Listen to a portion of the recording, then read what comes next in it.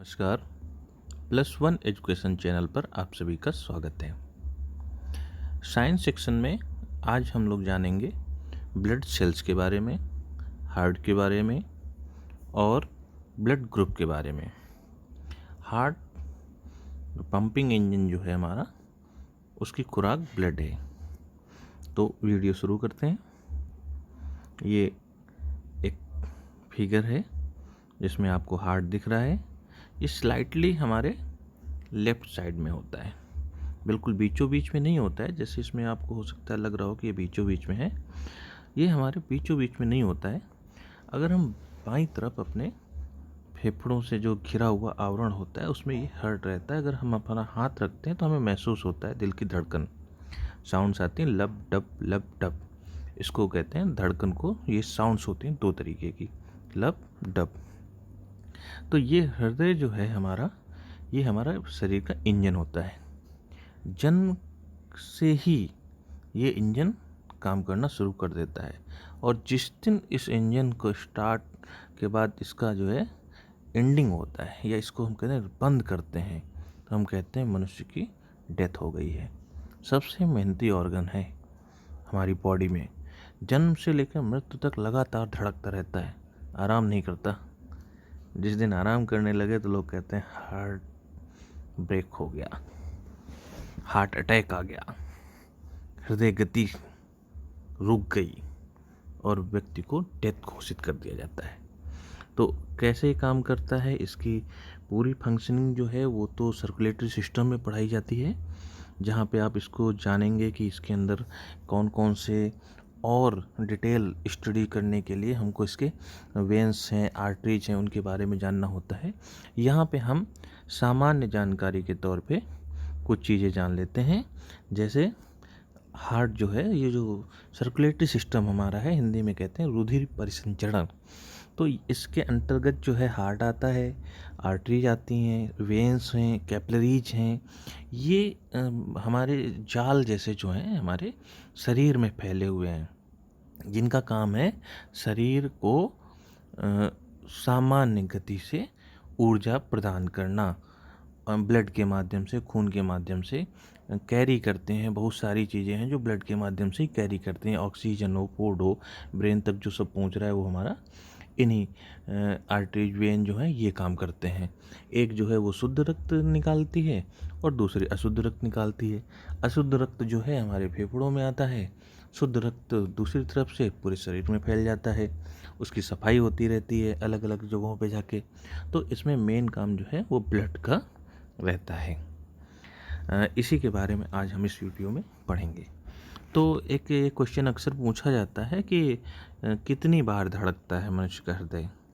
तो आसान से इसका आंसर है 72 बार धड़कता है, बस। और कुछ ज़्यादा नहीं इसमें सोचना होता है। हृदय का जो गति है, उसके जो आवरण हैं, उसके जो चैम्बर हैं, वो किस तरीके से काम करते हैं, तो हम सब लोग जानते हैं कि जो मनुष्य का हृदय होता है उसमें 4 चैम्बर होते हैं। 2 ऊपर की तरफ होते हैं और 2 नीचे की तरफ होते हैं। वो बटे रहते हैं, लेफ्ट राइट और आर्ट्रियम और वेंट्रिकल्स में होते हैं। तो 4 चैम्बर होते हैं, यानी 4 भाग होते हैं हृदय के। अब फिल्मी वाले लोगों के हिसाब से अलग होते हैं। वहाँ तो कह देते हैं कि दिल चीर के देख। हाँ, तो दिल चीर के नहीं देखना है, दिल तो बहुत मेहनती होता है, वो अलग बात है। तो इस तरीके से जो शरीर में डीऑक्सीजनेटेड और ऑक्सीजनेटेड ब्लड जो है वो हमारे शरीर में रहता है, यानी अशुद्ध खून और शुद्ध खून। तो जो अशुद्ध खून है वो हमारे लिए ठीक नहीं होता है, उसको शुद्ध करने की क्रिया हमारे शरीर में चलती रहती है। और ये जो खून है लगातार हमारी कैपिलरीज में, आर्टरीज में, वेंस में बहता रहता है। तो इस फिगर में भी हम लोग देख सकते हैं, यहाँ पे आपको 2 तरीके के ब्लड दिख रहे हैं। एक ब्लड तो जो रेड कलर का है, इसका मतलब ये है कि शुद्ध है, और दूसरा जो है वो आपको थोड़ा सा ब्लू दिख रहा है। इसी को डीऑक्सीजनेटेड ब्लड कहते हैं साइंस की भाषा में। ये अशुद्ध रक्त होता है। हमारा हृदय यही काम करता रहता है, पंपिंग का काम मेन है इसका, पंपिंग करना। तो कुछ क्वेश्चन हैं जो अक्सर पूछे जाते हैं एग्ज़ाम में ना, जनरल साइंस के अंतर्गत। जैसे मनुष्य में एक हृदय अभी हमने कहा 4 चैम्बर होते हैं, उसी को यहाँ कास्ट ही लिख दिया गया है। 4 कास्ट मतलब 4 चैम्बर। मछली वर्ग यानी मत्स्य वर्ग में एक हृदय होता है और वहाँ 2 चैम्बर होता है। इसी तरीके से क्वेश्चन आते हैं। सरीसृप और उभयचर। सरीसृप मतलब वो होता है ना जो रेंगने वाले जंतु होते हैं, उनको सरीसृप बोला जाता है। उनमें एक हृदय होता है और 3 चैम्बर होते हैं। तो आप देख रहे होंगे मनुष्य में 4 चैम्बर होते हैं। मगरमच्छ जो होता है वो सरीसृप है, लेकिन उसमें 4 चैम्बर होते हैं। तो ये आप समझ लीजिए एक्सेप्शन हो गया। इसी तरह से पक्षी होते हैं और जो हम लोग वर्टेब्रे होते हैं, इनमें सब में 4 चैम्बर ही होता है।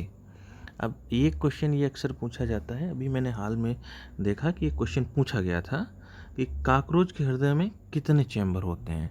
तो काकरोच के हृदय में 13 चैम्बर होते हैं। इसी तरह केचुए के हृदय में 4 जोड़ी यानी कि 8 हृदय पाए जाते हैं। तो इस तरह के जनरल साइंस में क्वेश्चन बन जाते हैं। अब हम लोग पढ़ेंगे ब्लड सेल्स के बारे में।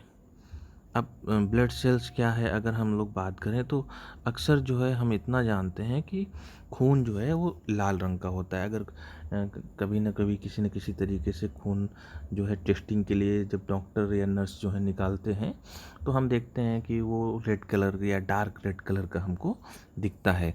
तो क्या ये सिर्फ डार्क रेड कलर ही है या इसमें और भी कुछ है? तो ये देखने के लिए, ये जानने के लिए हमको क्या करना होता है, जो सूक्ष्मदर्शी होती हैं उनमें स्लाइड लगा के एक बूंद खून लिया हमने और सूक्ष्मदर्शी के नीचे रख दिया। इलेक्ट्रॉन माइक्रोस्कोप होते हैं, उसके नीचे जब हम देखते हैं तो हमको इस तरह की संरचना प्राप्त होती है। जैसे ये एक संरचना जो आपको ब्लड की संरचना यहाँ पे दिखाई गई है, तो इसमें जो ये लाल रंग की रोटी जैसी चपटी चपटी सी आकृति दिख रही है, इसको हम लोग कहते हैं रेड ब्लड सेल। इसको शॉर्ट फॉर्म करेंगे तो हो जाएगा RBC। अधिकतर हम लोग RBC के नाम से इसको जानते हैं, या हिंदी में इसको बोलते हैं लाल रक्त कणिका। तो फिर देखिए यहाँ पे दूसरे वाइट वाइट कलर के कुछ दिख रहे हैं, तो इसका नाम हो गया वाइट ब्लड सेल्स यानी कि WBC। और फिर एक पीली पीली संरचना दिख रही है, इसको कहते हैं प्लेटलेट्स। तो इसमें प्लेट शब्द लगा, इसका मतलब क्या, ये तस्तरी नुमा होती हैं। तो जैसे उनकी आकृति हम देख रहे हैं, जैसा उनका रंग देख रहे हैं, रूप देख रहे हैं, उसी के अकॉर्डिंग उनका नाम भी किया गया है। तो इनको पहचानना, इनको समझना बहुत आसान हो गया। तो अब हमने जान लिया कि रक्त की कणिकाएँ 3 प्रकार की होती हैं। एक को हम कहेंगे RBC, WBC और प्लेटलेट्स या रक्त बिंबाणु। ठीक है, तो ये हमारे जीवन में कितने इम्पोर्टेंट रोल है इनका, ये हम आगे जानेंगे कि क्या है। अगर इनमें से कोई कम हो जाए, ज़्यादा हो जाए, तो उससे क्या हो सकता है? तो अब हम लोग ये एक चार्ट देखते हैं, और इसमें जो हमने एक रक्त की बूंद ली थी, तो उसमें हमने बताया कि ये बहुत सारे सेल्स होते हैं। तो रक्त मेनली जो है उसके 2 पार्ट होते हैं। एक होता है प्लाज्मा और दूसरा होता है उसके अंदर ये छोटे छोटे बहुत सारे कणिकाएँ जो होती हैं, जो सेल्स होती हैं। तो दोनों को हम जब अलग अलग स्टडी करते हैं, हम देखेंगे कि प्लाज्मा में ये अमीनो एसिड होंगे, प्रोटीन्स होगी, एल्बुमिन्स होगी, ठीक है ना, ग्लोबुलिन्स होंगी, गैसेज होती हैं, ऐसा बहुत सारा वेस्ट होता है। और दूसरी तरफ जो कणिकाएँ हैं, तो अभी हमने देखा कि 3 तरीके के हैं। एक को हमने कहा RBC का साइंस में जो नेम है कहा जाता है एर्थोसाइट्स। ये आपको याद रखना है, इसका बायोलॉजिकल नेम है एर्थोसाइट्स। और WBC को कहते हैं ल्यूकोसाइट्स और प्लेटलेट्स। तो ये 3 सेल्स जो हैं, जब इनका हम और आगे स्टडी करेंगे, तो ल्यूकोसाइट्स यानी कि WBC जो है वो फिर 2 भागों में बढ़ जाएगी, और एक होगा ग्रैन्युलोसाइट्स और दूसरा होगा एग्रैन्युलोसाइट्स। फिर ग्रैन्युलोसाइट्स को जब हम आगे बात करेंगे तो उसके 3 पार्ट और होंगे, 3 तरीके की सेल उसमें से और होंगी, बेसोफिल्स, इओसिनोफिल्स और न्यूट्रोफिल्स। इसी तरीके से ग्रैनुलोसाइट की बात करेंगे तो उसके भी 3 आगे हम फेज कर सकते हैं। तो इस तरीके से आगे हम देखेंगे इनके बारे में डिटेल स्टडी। और परीक्षा में जो प्रश्न पूछे जाते हैं, तो वो किस किस तरीके से प्रश्न पूछे जा सकते हैं, उसकी एक रूपरेखा सबसे पहले हम स्टडी करने वाले हैं एरिथ्रोसाइट्स यानी आरबीसी की। तो ये आप फिगर में देख रहे हैं ना, ये एक संरचना दिख रही है, ये एक आरबीसी है जो हमारे खून में विद्यमान रहती है। हमारी नलियों में जो खून की नलियाँ हमको दिखती हैं, कभी कभी कुछ नलियाँ नीली दिखती हैं और कभी कभी कुछ मांस में छुपी रहती हैं, त्वचा के नीचे सब जगह कैपिलरीज हैं। जरा सा कट लगता है खून निकल आता है, इसका मतलब है एक जाल फैला हुआ है, विस्तृत जाल। हमारे अंग का, हमारे शरीर का, त्वचा का कहीं कोई ऐसा पार्ट नहीं जहाँ पे ना हो। जहाँ पे कैपिलरीज नहीं है हम उसको डेड कहते हैं, और जहाँ से भी खून निकल आए वहाँ सब जगह नलिकाएं पड़ी हैं। तो जो आरबीसी है उसकी खोज एंटोनी ल्यूवेनहॉक ने की थी। इनका आकार हमने बता दिया, गोल और चपटी होती है। एक प्रश्न आता है कि इनकी उम्र कितनी होती है, तो जब भी उम्र की बात आएगी तो हम बोलेंगे 120 दिन। वैसे तो इसका 20 से लेकर 120 दिन का जीवन काल होता है, तो हम कह रहे हैं 120 दिन, यानी कि 3 महीने।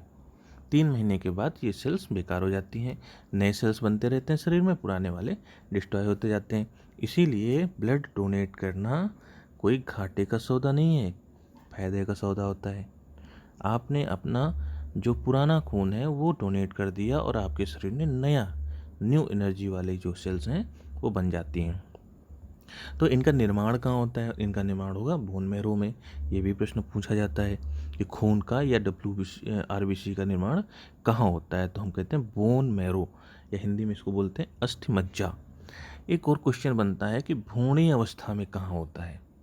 जब भ्रूण में होता है ना बच्चा, एम्ब्रियो में स्टेज जिसको बोलते हैं एम्ब्रियोनिक स्टेज, तो वो यकृत में होता है। ठीक है, तो संख्या कितनी होती है? तो इनकी 1 ml में 45 लाख होती है। अब जो सबसे इम्पोर्टेंट फैक्टर होता है वो होता है हीमोग्लोबिन। अक्सर सुना होगा कि जो बच्चियां होती हैं, महिलाएं होती हैं, उनमें खून की कमी पाई जाती है, इसको एनीमिया हमारे यहाँ कहा जाता है। तो ये एनीमिया क्या है? वो डॉक्टर बोलता है आप अपना हीमोग्लोबिन टेस्ट कराओ। तो हीमोग्लोबिन क्या है उस पर हम बात करते हैं और कितना महत्वपूर्ण रोल है इसका। तो आरबीसी के जो केंद्र में होती है वो हीमोग्लोबिन होती है, और ये हीमोग्लोबिन कैरियर का काम करती है। अगर हीमोग्लोबिन आरबीसी हमारे पास है, उसमें हीमोग्लोबिन का परसेंटेज बिल्कुल स्वस्थ मनुष्य में अच्छा खासा जो होता है वो 14 से 16% होता है, महिलाओं में 12 से 14 होता है। अगर ये हमारी बॉडी में इतना बिल्कुल मेच्योर लेवल पे हीमोग्लोबिन प्रेजेंट है, तो हीमोग्लोबिन काम क्या करता है? हीमोग्लोबिन जो ऑक्सीजन है उसको बाउंड करता है अपने साथ, ऑक्सी हीमोग्लोबिन बनाता है, और ये ऑक्सीजन ऐसा समझ लीजिए अपनी पीठ पे ऑक्सीजन को रखता है और बॉडी के पूरे जितने भी भाग हैं, जितने भी कोने हैं, सब जगह ऑक्सीजन की सप्लाई करता है। यानी जितने ज़्यादा हीमोग्लोबिन उतनी ज़्यादा ऑक्सीजन बॉडी में, उतने ज़्यादा एनर्जी हमारे अंदर महसूस होगी, उतने ही ज़्यादा एक्टिव हम होंगे। हीमोग्लोबिन कम, ऑक्सीजन कम, यानी निष्क्रिय व्यक्ति, चिड़चिड़ा रहेगा, थकावट महसूस करेगा। ये सारे कारण होते हैं, हीमोग्लोबिन टेस्ट कराया जाता है। सबसे बड़ी आरबीसी कहाँ होती है? हाथी में। सबसे छोटी कहाँ होती है? कस्तूरी हिरण में। अब आरबीसी हमारे अंदर बने, खून हमारे लिए बने, इसके लिए हमको क्या खाना होगा? आयरन। इसका जो जैसे पत्तों में, पेड़ों में देखा मैग्नीशियम होता है केंद्र में, वैसे यहाँ आयरन होता है। Vitamin B2, vitamin B12, vitamin B3 और फोलिक एसिड और विटामिन सी, ये सारी चीज़ें जो हैं मददगार होती हैं आरबीसी बनाने के लिए। अगर इनको हम भोजन में शामिल करते हैं तो हमें निश्चित रूप से अपने शरीर में खून की कमी महसूस नहीं होगी।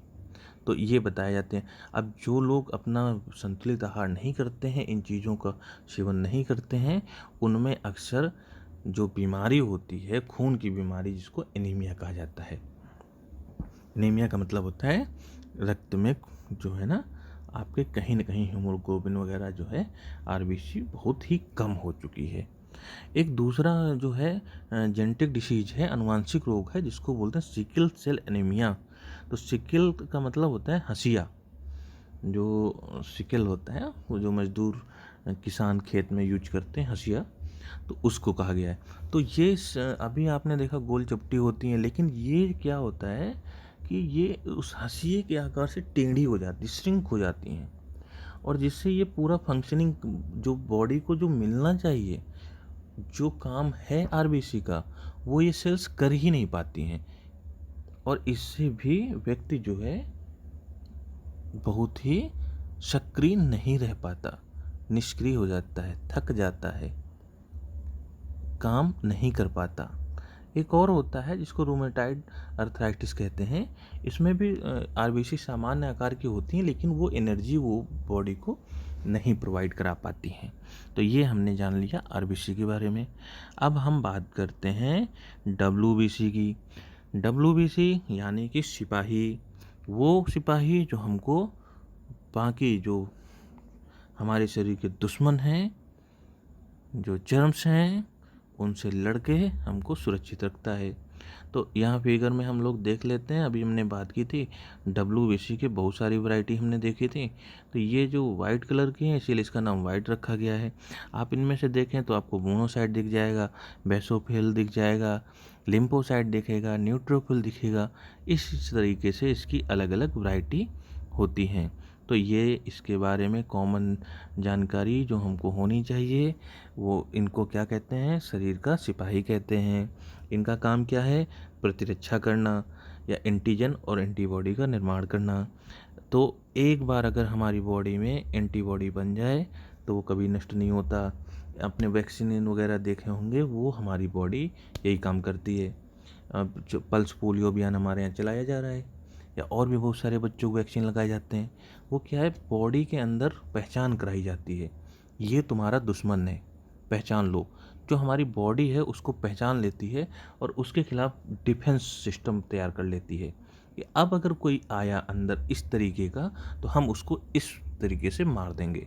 जैसे अपने यहाँ होता है एंटी, जो बहुत सारी मिसाइल बनाए जाते हैं ना, तो उसको भेदने के लिए भी मिसाइलें बनाई जाती हैं कि जैसे ही कोई मिसाइल आएगी तो हमारा सिस्टम अलर्ट हो जाएगा और उस मिसाइल को वही मार देगा।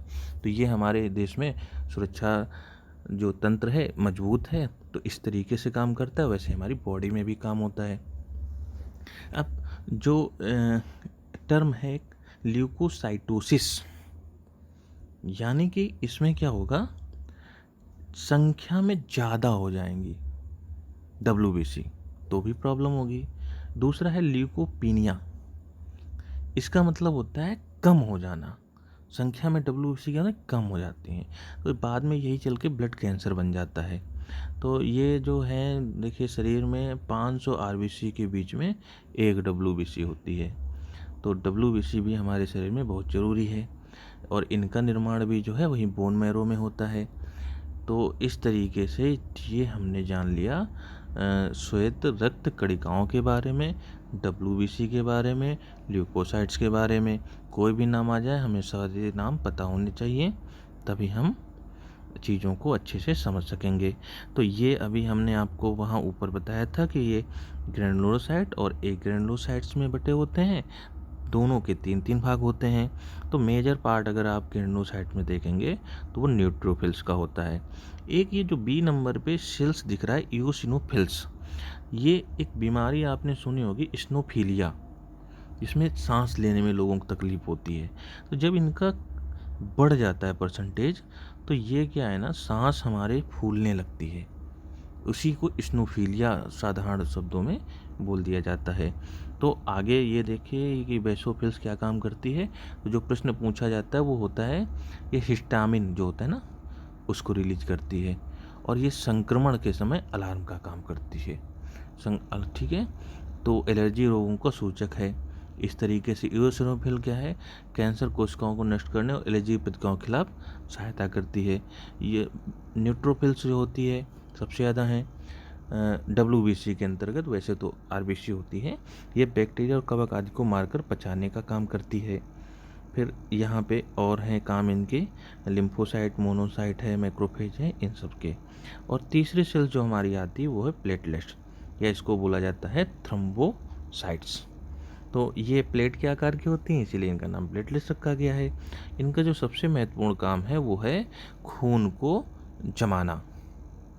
ठीक है, जब कहीं कट लग जाए, बॉडी से खून जो है ब्लीडिंग होने लगती है, बॉडी से खून निकलने लगता है, तो वो कुछ समय के बाद में क्या हम देखते हैं ना, जम जाता है और ऊपर एक पपड़ी सी पड़ जाती है। फिर वो काली काली होके वहीं पे खून बनना बंद हो जाता है, रुक जाता है खून बहना। तो ये काम करती हैं प्लेटलेट्स, और इसीलिए रक्त का थक्का इसको कहा गया है कि ये ब्लीडिंग को रोकती हैं, रक्त का थक्का जमाने में मदद करती हैं। इनका भी निर्माण कहाँ होता है? वहीं बोन मैरो में होता है। इनका जीवन काल लगभग 10 दिन का होता है। तो ये 3 तरीके के हमारे सेल थे। अब हम लोग ब्लड ग्रुप के बारे में जानेंगे। तो सबका ब्लड ग्रुप जो होता है ना, अलग अलग होता है। इसकी खोज जो है लैंडस्टीनर ने की थी। और एक महत्वपूर्ण जीके का भी क्वेश्चन है, अक्सर परीक्षाओं में भी पूछा जाता है कि विश्व रक्तदान दिवस कब मनाया जाता है? तो विश्व रक्तदान दिवस मनाया जाता है 14 जून को। ये कुछ जीके के क्वेश्चन थे जो पूछे जाते हैं अक्सर, इनको भी याद रखना चाहिए।